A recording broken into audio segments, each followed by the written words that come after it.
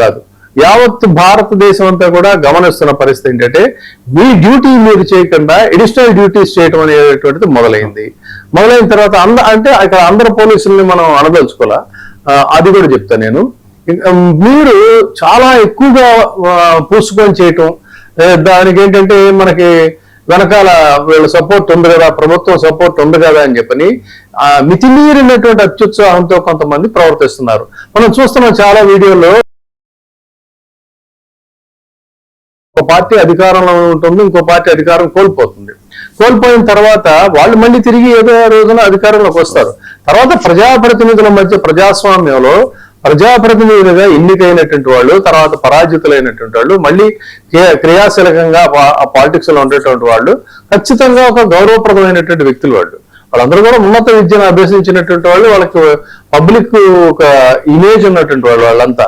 అలాంటిది వాళ్ళని ఉద్యోగం చేసుకునేటువంటి మీరు భరోసా ఉంది కదని వాళ్ళని తీవ్రంగా అవమానించటము, మీ స్థాయిని మించి ప్రవర్తించటం మనం కొన్ని చూసాం. కొన్ని సంఘటనలు చూస్తే ఆవిడెవరు వైద్య శాఖ మంత్రిగా పనిచేసినటువంటి వ్యక్తి మీద ఒక పోలీసు అధికారి విడుదల రజని మీద అనుచితంగా ప్రవర్తించడం కానీ, లేకపోతే అంబటి రాంబాబు వ్యవహారంలో ప్రవర్తించినటువంటి తీరు కానీ, వాళ్ళ ఇంటి మీద దాడి జరిగినప్పుడు ప్రవర్తించినటువంటి తీరు కానీ, గోవర్ధన్ రెడ్డి ఒకటి కాదు చాలా సంఘటనలు అన్ని కూడా జరుగుతున్నాయి.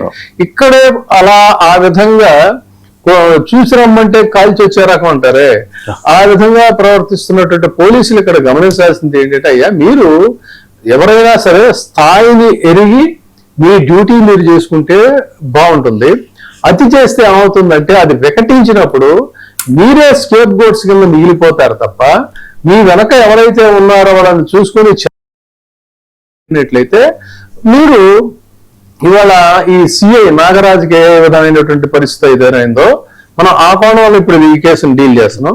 మీకు కూడా అదే రకమైన పరిస్థితి వస్తుంది, ఇందులో మినహాయింపు ఏమి ఉండదు అనేది గమనించాలి. ఎందుకంటే ఇష్యూ అనేటువంటిది చాలా పెద్ద స్థాయిలోకి వెళ్ళినప్పుడు మీకోసం ఆ బురదను వాళ్ళు ఆ మకిలిని వాళ్ళు అంటించుకోవడానికి సిద్ధంగా ఉండరు ప్రభుత్వాలు.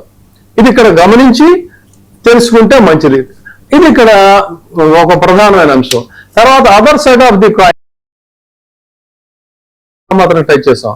పోలీసులు వాళ్ళు మన ఆ యూనిఫామ్ వేసుకునే ముందు, డ్యూటీలోకి వచ్చే ముందే ఒక ఓట్ తీసుకుంటారు.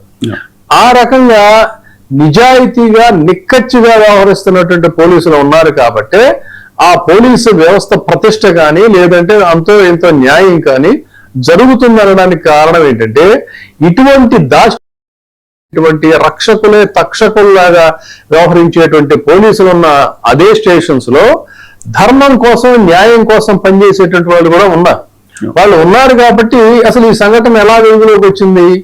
ఒక పోలీసు ఈ దారుణాన్ని అమానవీయ వ్యవహారాలను చూడలేక ఒక లీక్ ఇచ్చాడు కాబట్టి ఆ సంఘటన అనేటువంటిది బయటకు వచ్చింది.